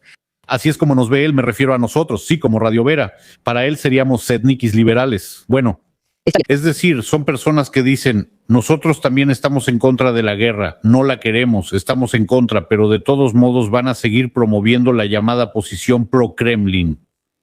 O sea, él considera que esa es una posición pro-Kremlin. Si es así lo entiendo, pero Michael Naki, bueno, Maki, sí, pero por cierto, rara vez lo escucho, así que realmente no estoy al tanto de él. Michael Naki es un idiota. Eso es todo lo que hay que decir sobre él. No, hay muchísimos canales que hablan de eso. ¿Sobre eso? Que en Rusia se acabó, Rusia no tiene dinero para esta guerra. todos dicen continúa. Esto avanza desde los fondos que les mencioné, de los que seguramente también Naki, y así entonces. Todo esto viene de una sola fuente, incluso Garry Kasparov ya puede escribirlo. Todo esto lo está promoviendo esa compañía. Y hay quienes absolutamente que están en su propio mundo, no sé, o tal vez ellos mismos lo creen, pero parece por cómo hablan que realmente lo creen. Y entonces salen y hablan así, los miras y piensas, ¿dónde estás tú? ¿Vives en Marte o qué? Así es como funciona la propaganda, eso es propaganda. ¿Acaso Kasparov o Michael Naki realmente tienen la tarea de tomar el poder en Rusia y realmente desplazar a Putin? ¿O derrocar a Putin? Por supuesto que no. Esta es la verdadera tarea. No quiero ofender a nadie ahora, pero lo vemos en el ejemplo de lo que está pasando hoy con este FBK. Sí, bueno, más allá de eso, ya está tan embarrado que, y además ellos ya ni lo niegan, sí. La gente confiaba en ellos, la gente les daba dinero, les hacían donaciones y ellos lo usaban así. Lo usaban para lo que querían, así de simple. Disculpe, Alexander, tengo la impresión de que en RBC y todas esas organizaciones opositoras rusas, en todas partes, no puedo creer que haya tanta gente idiota. Tengo la impresión de que Putin envió a sus propios infiltrados ahí para que metieran caballos de Troya, ¿sabe? Ahí. No puedo llamarlo de otra manera. Es tan ineficiente y una vez me mostraron más o menos sus presupuestos, simplemente me quedé sorprendido. Son millones, decenas de millones de dólares y los Jodorkovsky ayudan mucho. Todo eso es muchísimo dinero. Y todo eso, se los digo honestamente, yo solo contra Zelensky en Ucrania soy 100 veces más efectivo que todas esas organizaciones. Porque yo tengo otros objetivos y lo principal tengo propuestas. ¿Y qué proponen ellos? Ellos no proponen nada, solo dicen que Putin es malo porque ellos lo dicen. Bueno, es malo, tú ya lo sabes. Ellos se dedican a trabajar con sudor y esfuerzo en cómo hacer que la gente les done dinero, pero de tal manera que no los atrapen para que no tengan problemas. Inventan algunos esquemas, ¿no? Se rodean de un montón de entidades legales. Lo principal es que, Dios no lo quiera, la gente no salga perjudicada, pero que sigan pagando donaciones. ¿A dónde iban? Eso es lo de menos. Ahora apenas están empezando a averiguar a dónde iban esas donaciones. Así es como los sorosianos trabajan en Ucrania. O sea, lo principal son las donaciones de los fondos, las subvenciones. Y allá en Ucrania, aunque sea un completo desastre, lo que sea, no les importa nada. Y claro, lo principal es que necesitan reformas. ¿Para qué quieren reformas? Si de todos modos viven bien. Denis, ¿es Julia? ¿Cuál es su apellido correcto? ¿Mendel? Mendel. Pudo haber dado una entrevista a quien fuera, a los presentadores de Fox, por ejemplo. ¿Para qué promocionar a ese Carson antitrumpista y antisemita, ¿Esta persona de verdad piensa así? Que Julia Mendel o Yelisevich están sentados, dicen Fox News, presionan un botón y ya estoy en el estudio de Fox News. Seguro que todos deben llamarte e invitarte. ¿Te invitó? Vamos, adelante. Eso lo dijiste muy bien. Realmente da la impresión de que tú o Julia están sentadas esperando a que las inviten como si hubieran dado una entrevista. Gracias. No, pues solo presionó un botón y ya, ¿saben? Fue porque la invitó Tucker Carlson, ella fue con Tucker Carlson. Si la hubiera invitado otro, habría ido con otro. ¿Y tú habrías ido, Denis? Sí, ya lo dije, claro, incluso con un sinvergüenza así. La cuestión no es esa, la cuestión es el espacio. En esta situación. Entonces quiero preguntar, volviendo al principio de nuestra conversación, cuando ustedes en Radio Vera son unos sinvergüenzas, invitan a uno y a otro, y hoy tienen a Denis Jelisevich y mañana a Sheitelman, o porque ¿qué es ese sonido? Chicos, eso me molesta un poco. O cuando alguien tiene algo funcionando, o cuando la misma Aliona Kurbanova dice no voy a ir porque ustedes tuvieron a alguien ahí.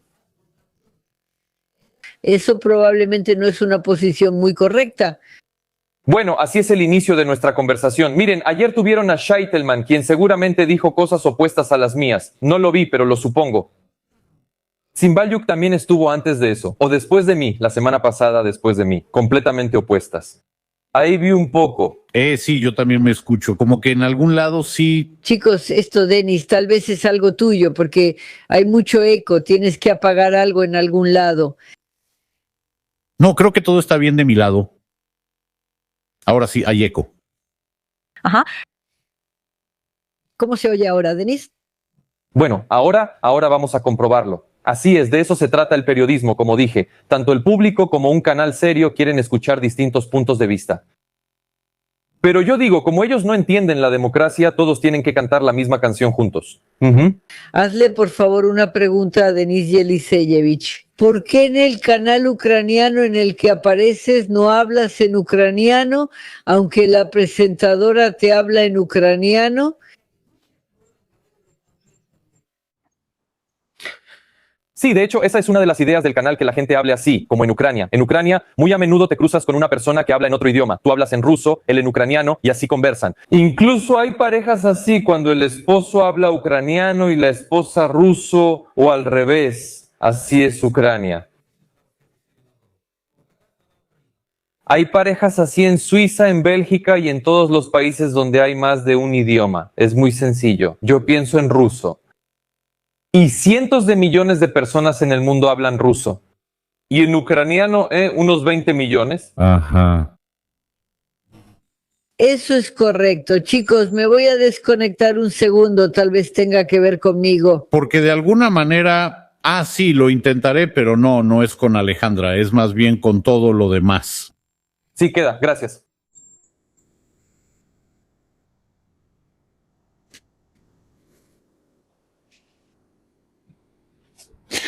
Tenemos una llamada telefónica, Denis. Si no te molesta, la escucharemos. Gracias. Sí.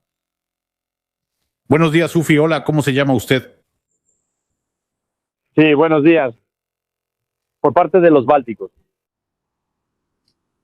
Sí, cuando ellos proporcionan su espacio aéreo o incluso su territorio para el lanzamiento de drones ucranianos que atacan a Rusia. Gracias. Chicos, un segundo, nos escribieron que no se escucha nada. ¿Ves el comentario, Denis? Por favor, escríbanos ahora si nos escuchan o no. Acabo de recibir un mensaje, no se escucha nada. Sí, veo que sí no se escucha la pregunta. Bueno, la pregunta era, Denis, no escuchaste la pregunta, ¿verdad? ¿Sí escuché la pregunta? ¿Escuchaste la pregunta? Sí escuché la pregunta, ahora sí escuchamos, todo está bien. ¿Y cuál era la pregunta? Porque muchos no la escucharon. ¿Ven? Entonces... La primera pregunta era sobre... Anoté todo. La primera pregunta era sobre los migrantes en Ucrania, que planean traer a 5 millones y que cada tercer persona en la calle será un migrante de Asia, y cómo serán identificados los ucranianos después, y así sucesivamente. Soy el opositor más radical a esta idea de traer migrantes. Es una cosa cuando los migrantes son traídos a países prósperos porque hay trabajos que la población local simplemente no quiere hacer, para eso se necesitan, para el crecimiento de la economía, o la economía está creciendo tanto que no hay suficientes manos de obra. Por ejemplo, lo que pasó en los Emiratos Árabes, eso se entiende. Pero traer migrantes de países del tercer mundo, con una cultura completamente diferente, al centro de Europa, es un error monstruoso y no está bien. Y lo principal, simplemente piensen, esto es Orwell. A los hombres ucranianos los matan, se van, se quedan en casa, se esconden de las autoridades de reclutamiento, pero un hindú o un bangladesí podrá caminar y trabajar tranquilamente en Ucrania. ¿Esto es sentido común o es una locura? Por supuesto, esto es una locura. Estoy totalmente en contra de esto, estoy a favor de que los ucranianos regresen, de crear condiciones para que los ucranianos regresen a Ucrania. No, esto no es ninguna historia nacionalista, pero hay que crear condiciones que vengan aquí desde Moldavia, que vengan desde Bielorrusia, que vengan desde los países bálticos. ¿Qué te parece esa propuesta? Bueno, para eso hay que crear una propuesta, una economía así. Eso es en lo que hay que trabajar. Todo lo demás es simplemente la destrucción de Ucrania. Y les garantizo, yo en primer lugar, todo esto lo había pronosticado, no es difícil, no es una casualidad, ese era el plan. ¿Qué pasará después? Si ellos lo implementan y luego naturalizan a estas personas, el proceso de naturalización será muy rápido, en un par de años. Estas personas obtendrán derecho al voto. Eso es todo. ¿Y por quién van a votar? Por aquellos que los trajeron aquí. Esa es la primera pregunta. La segunda pregunta fue sobre si no es una provocación que los países bálticos le den a Ucrania una plataforma para atacar a Rusia con drones. Esa es una pregunta incorrecta, porque a través del territorio de Bielorrusia, desde donde se bombardea Ucrania y por donde pasaron las tropas al inicio de la guerra. Por favor, pregúntenle a Denise por qué no se puede hacer en Ucrania lo mismo que en Estados Unidos. 6.773. ¿Ignorar la movilización o qué se debe hacer para eso? Allá todos se negaron y el gobierno pasó a un reclutamiento voluntario. Así que hoy el 99% lo ignora. 1,5 millones de hombres se quedan en casa para no ir al frente. 1,5 millones de hombres. Gracias. 1,5 millones, Denise. Sí, 1,5 millones. Eso es prácticamente casi todo. Y creo que hay la misma cantidad de personas exentas del reclutamiento. 1,5 millones. ¿Todos? Mira, aquí en Vancouver, en Canadá, ahora viven muchos ucranianos que han llegado recientemente y allá les quedaron familiares, amigos, compañeros de clase. Y ellos ahora dicen lo mismo que tú dices, que no salen de casa, tienen miedo. ¿Y qué tan libremente se difunde esta información en Ucrania? ¿O solo hablan de esto aquí quienes se fueron? Gracias. No, todos lo saben. ¿Cómo podría ser de otra manera? Todos lo saben. Es absolutamente público. ¿Y entonces por qué esas revueltas populares contra los centros de reclutamiento? La gente rescata a otras personas para que no las movilicen, ayudan. En general, los Rothschild.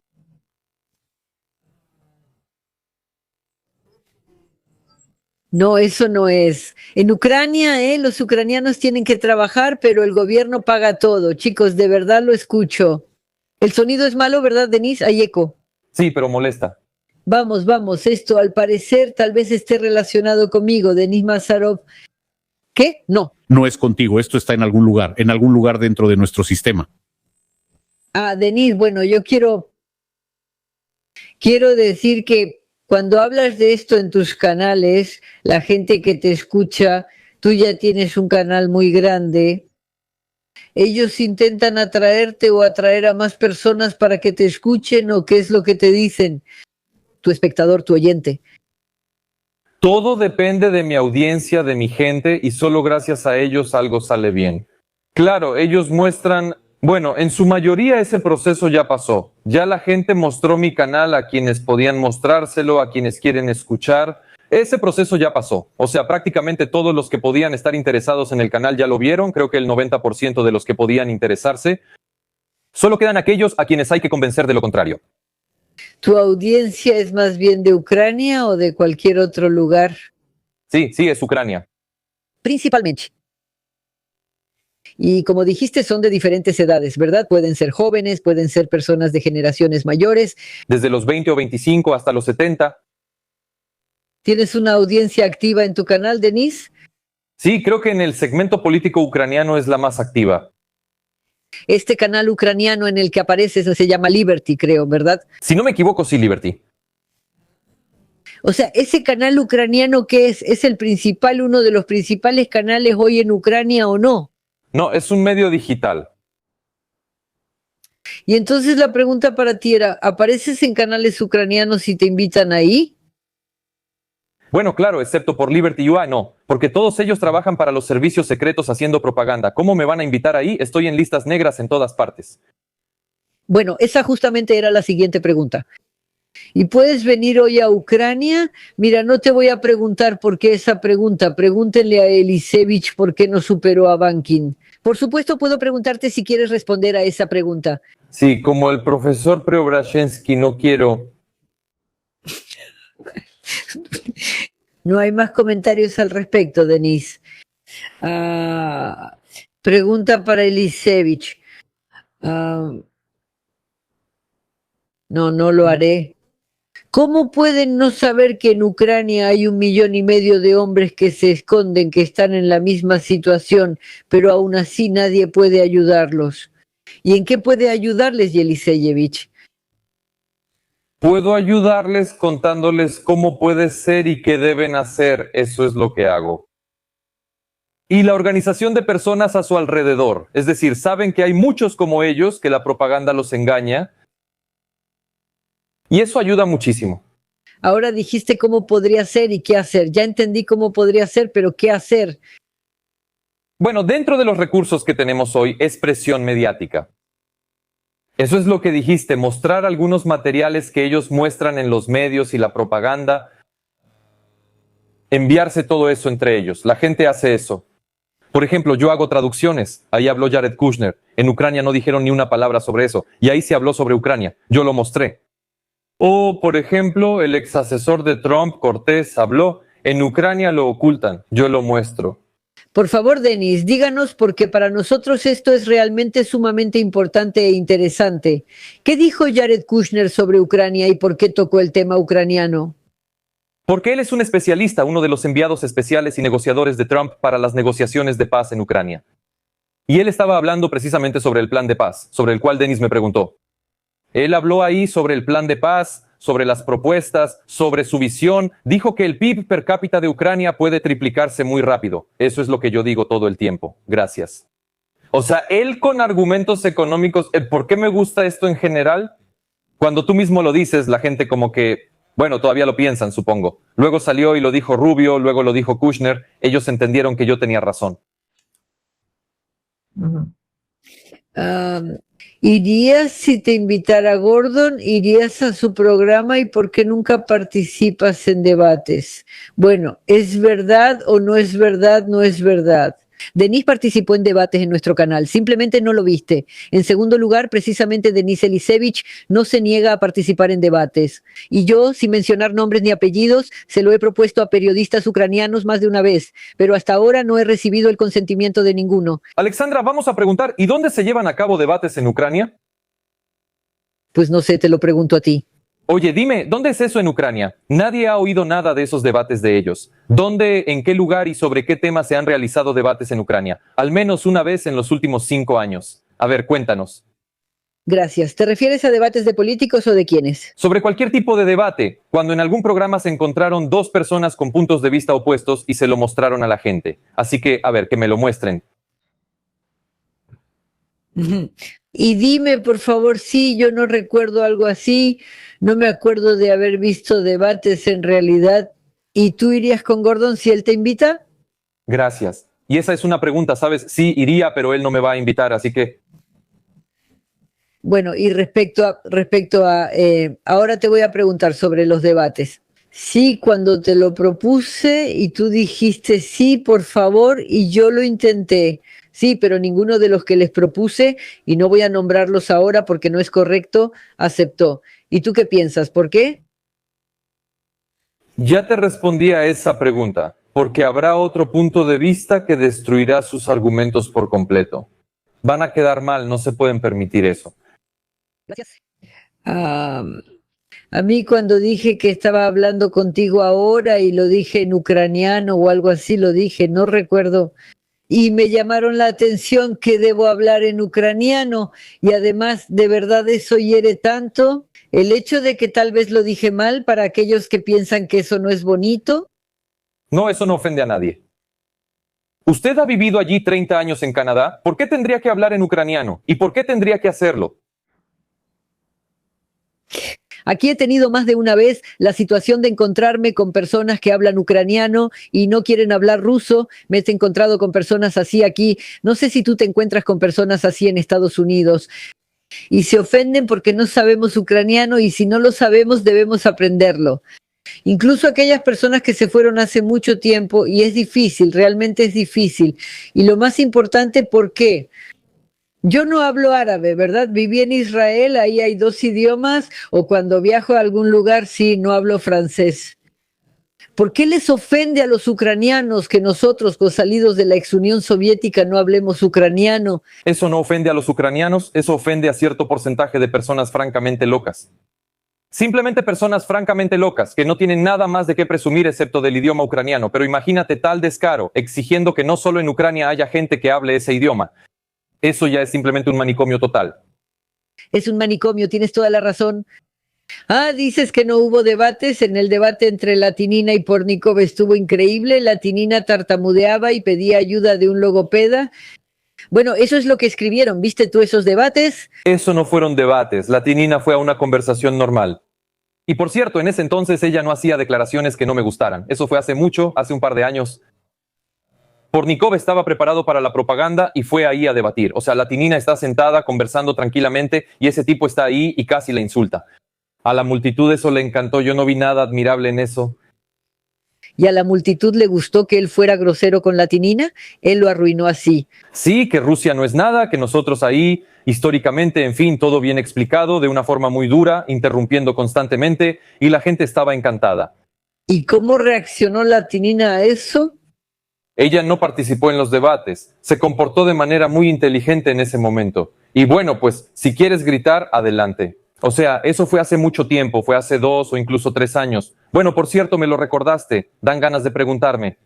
Si hablamos en términos de debates, entonces Pornikov los ganó. Han pasado 3 años, ¿y ahora qué? ¿Empeoró? ¿Y? Por eso, en mi opinión, la historia se la dejamos a los historiadores. Hay que vivir el hoy y el mañana. Y estas cosas, esto es... Bueno.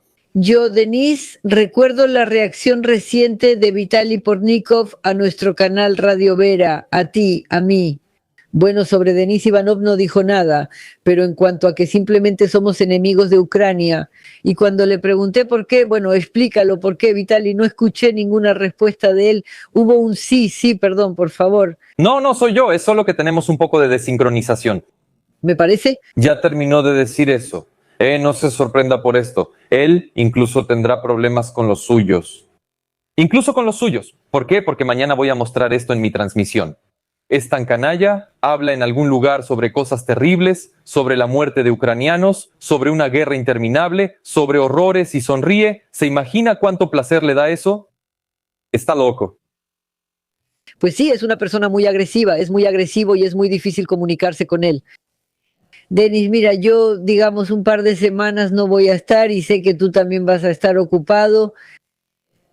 ¿Tú qué piensas? Si tomamos hoy, justo hoy, 21 de mayo, y empezamos a contar desde hoy, ¿hay alguna, bueno, es una pregunta ingenua tal vez, pero de todos modos, alguna después de todo, tú te dedicas al análisis desde hace tiempo, pero ¿hay alguna perspectiva de que haya algún cambio en esta guerra entre Rusia y Ucrania para mejor? Bueno, para mejor me refiero al fin de la guerra, por supuesto. Eso lo mostrarán los próximos meses.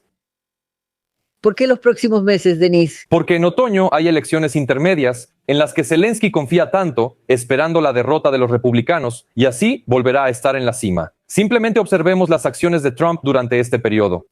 Y bueno, ¿por qué Zelensky supone que los republicanos pueden fracasar? Bueno, basándose en las encuestas, en las que ahora los republicanos lideran seriamente, probablemente considera que la política de Trump es perdedora. Primero que nada, él lidera la coalición anti-Trump, intenta arruinar su imagen en el mundo, intenta resistirse al máximo, no llegar a un compromiso, es decir, mostrar que Trump no decide nada.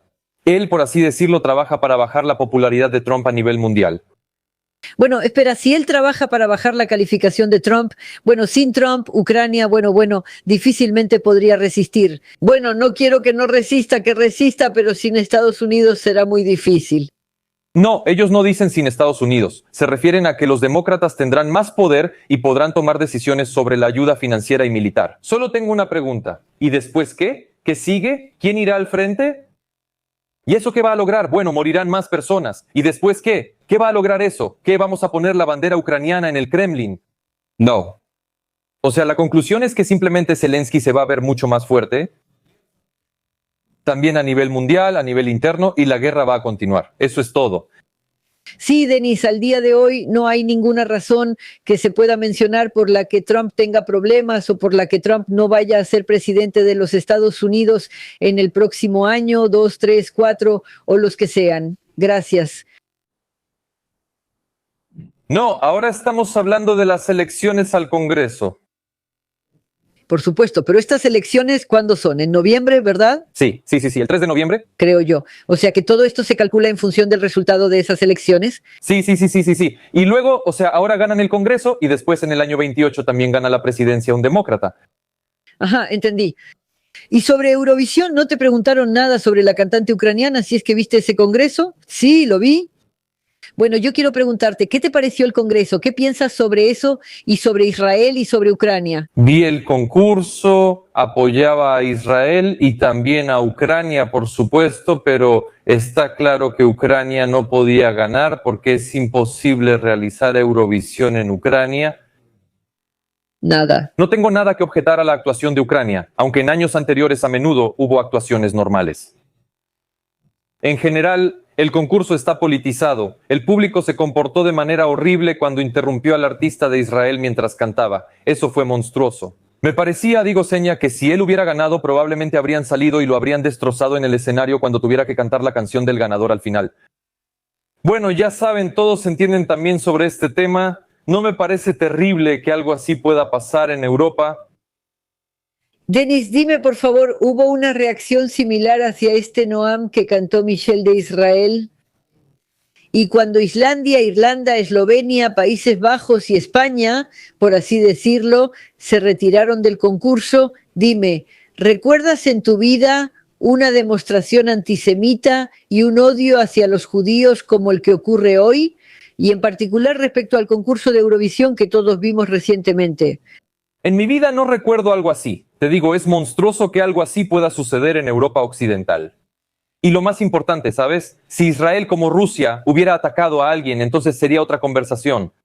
Atacaron a Israel y aún así Israel quedó como el culpable. Si creen que Netanyahu actuó con extrema dureza en Gaza, pues hagan manifestaciones contra Netanyahu. Sí, Netanyahu.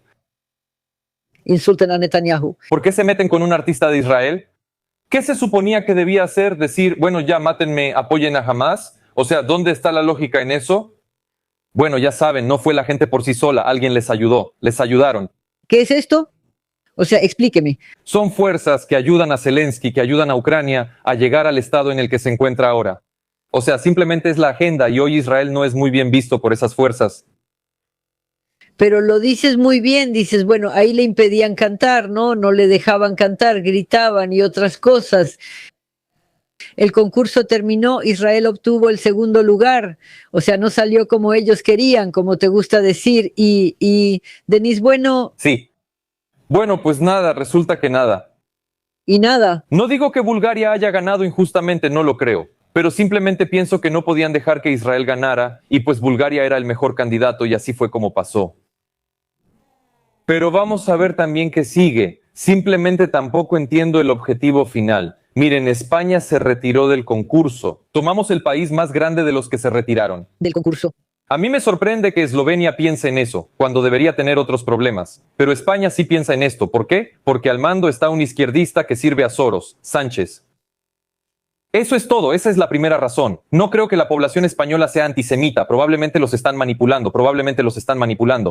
Pero no creo que allá todos piensen así de manera global. Es un sinvergüenza cuando los sinvergüenzas le dan el poder a otro sinvergüenza. No pasa nada ahí. El poder no va a cambiar pronto. ¿Sabes? Escuché a Yuro Shevchuk, hace poco celebró un aniversario y dijo una frase así. Él dijo, ¿cómo es que no puedo llegar a la gente y explicarles que el presidente del país no es la patria? Mira, cambiará el presidente, cambiarán los políticos, pero la patria es la patria. Y muchas personas asocian la patria con el líder del país. ¿Estás de acuerdo con esa afirmación? Lo que dijo Shevchuk fue aún más fuerte. Él dijo que la patria no es el trasero del presidente. Eso es muy elocuente. Y eso le concierne a él, ¿entiendes? Lo sintió muy bien en carne propia. Todas esas épocas, empezando por la Unión Soviética y lo que está pasando ahora en Rusia y en todos los países postsoviéticos. En nuestros países postsoviéticos, la patria es el trasero del presidente, lamentablemente. Así es como se acepta comúnmente. Patria. Denise, muchísimas gracias.